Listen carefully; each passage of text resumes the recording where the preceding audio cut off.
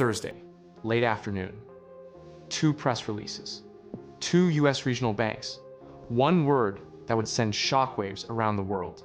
Fraud. This is the story of how fear travels faster than truth in modern markets.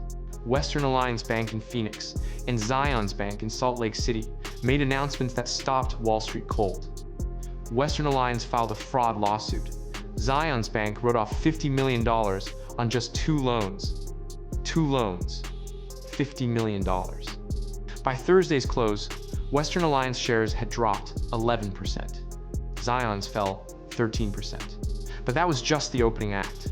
Friday morning, London opened first. British traders saw the American news and hit sell. Barclays dropped 5%. Standard Chartered fell the same. The FTSE 100 plunged 1.5% before recovering slightly. Frankfurt followed. Deutsche Bank ended down 6%. In Paris, Société Générale fell 5%. The DAX closed down nearly 2%. Then, Asia woke up. Tokyo's Nikkei fell 1.4%. Hong Kong's Hang Seng dropped 2.5%. 24 hours, 3 continents, trillions in market value vanished. But this wasn't really about two banks. It was about what they represented. 2 weeks earlier, car loan company Tricolor had collapsed. Then, auto parts maker First Brands went bankrupt. Both had borrowed from the private credit market, a $1.7 trillion shadow banking world with minimal oversight. Now, these bank fraud allegations, investors started asking the forbidden question: what else is out there? That's when Jamie Dimon, CEO of JPMorgan Chase, said something that sent chills through Wall Street. Speaking to analysts this week, he chose his words carefully. My antenna goes up when things like that happen. I probably shouldn't say this, but when you see one cockroach, there are probably more. One cockroach, there are probably more. Translation: these aren't isolated incidents. They're symptoms of loose lending standards and poor risk management. Somewhere in the financial system, more problems are hiding. By Friday afternoon, the White House knew it had to calm nerves. Kevin Hassett, director of the National Economic Council, appeared on Fox Business, calling the issues messes left by the Biden administration. Right now, the banking sector has ample reserves, he said. We're very optimistic that we can stay way ahead of the curve on this. President Trump also hinted that high tariffs on China might not be sustainable. That helped. The S&P 500 managed to close marginally positive, but the damage was done. When markets panic, money runs to safety. Gold hit an all-time record high, $4,380 per ounce. Because gold doesn't commit fraud, it can't go bankrupt. The VIX Wall Street's Fear Index hit its highest level since April. Markets were terrified. By Friday afternoon, bargain hunters stepped in. Western Alliance recovered 2%. Zions bounced back 4%. The FTSE 100's losses narrowed. Paris barely scratched. The question: had the storm passed, or was this just the eye of the hurricane? Here's what keeps investors awake. How many other banks have undisclosed bad loans? How big is the private credit problem? If the AI bubble bursts, how many over-leveraged companies collapse?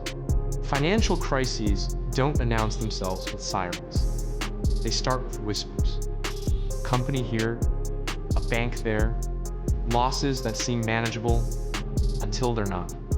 The 2008 crisis began with subprime mortgages that nobody worried about, until suddenly everyone did.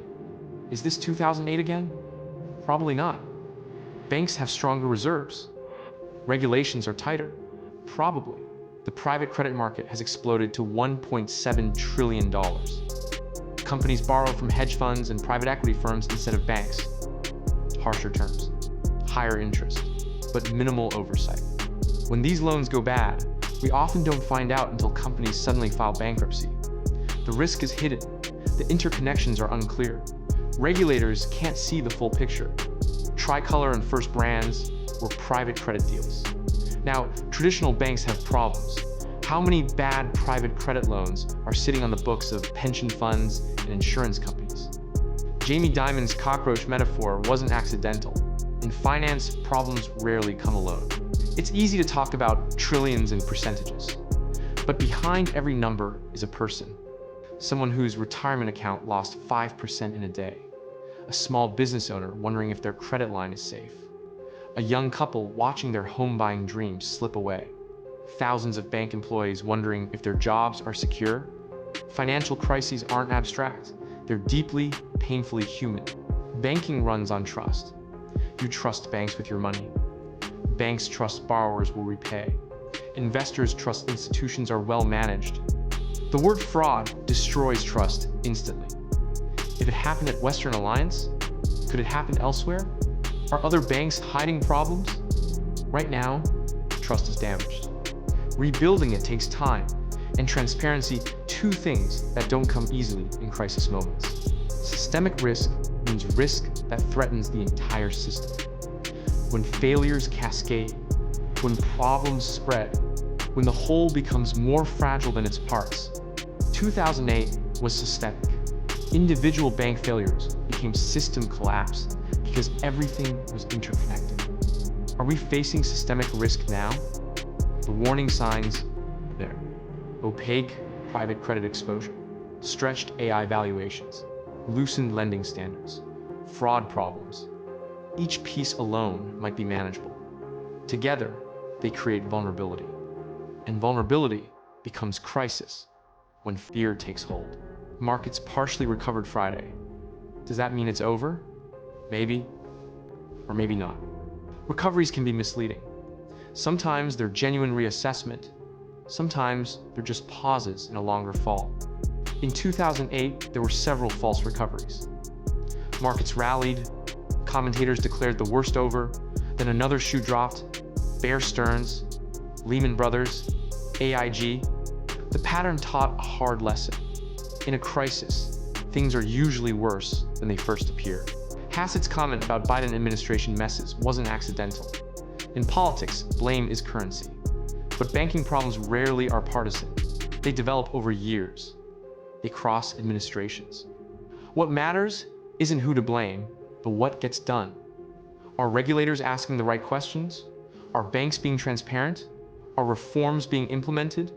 Political blame games can distract from real solutions, while problems metastasize. This started in America, but its implications are global.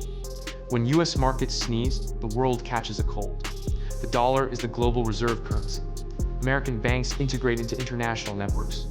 If confidence in US regional banks wavers, it affects currency markets, international lending, and global trade. And there's a broader question. If the US has problems, what about everyone else? European banks carry scars from their own crisis. Chinese banks have opacity issues. Japanese banks operate on razor-thin margins. A crisis anywhere can become a crisis everywhere. What should investors do? Optimists say, buy.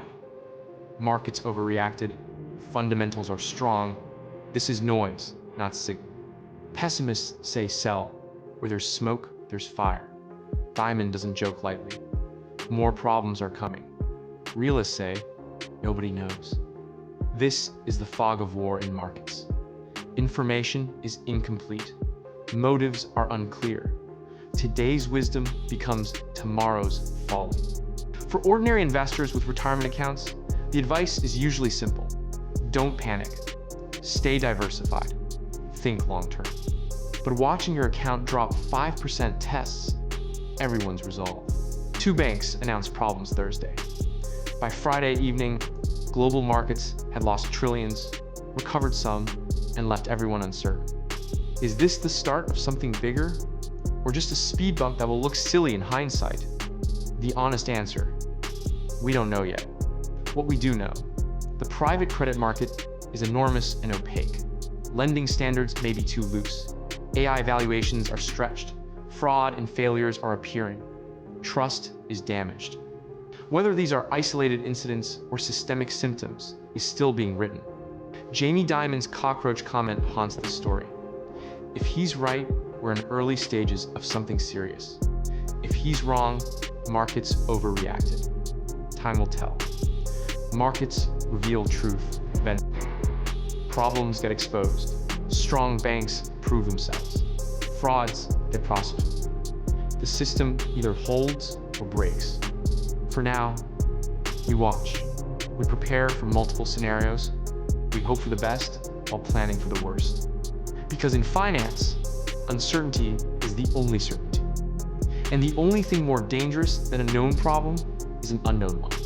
2 banks, 1 word, global shockwaves. In finance, trust takes years to build and seconds to lose. Thursday and Friday showed us how fragile that trust really is. The story is far from over. What do you think? Are we heading toward a financial crisis, or is this just market noise? Drop your thoughts in the comments below. And if you haven't already, subscribe and hit that notification bell so you don't miss our next deep dive into what's really happening in global markets. Thanks for watching, and I'll see you in the next one.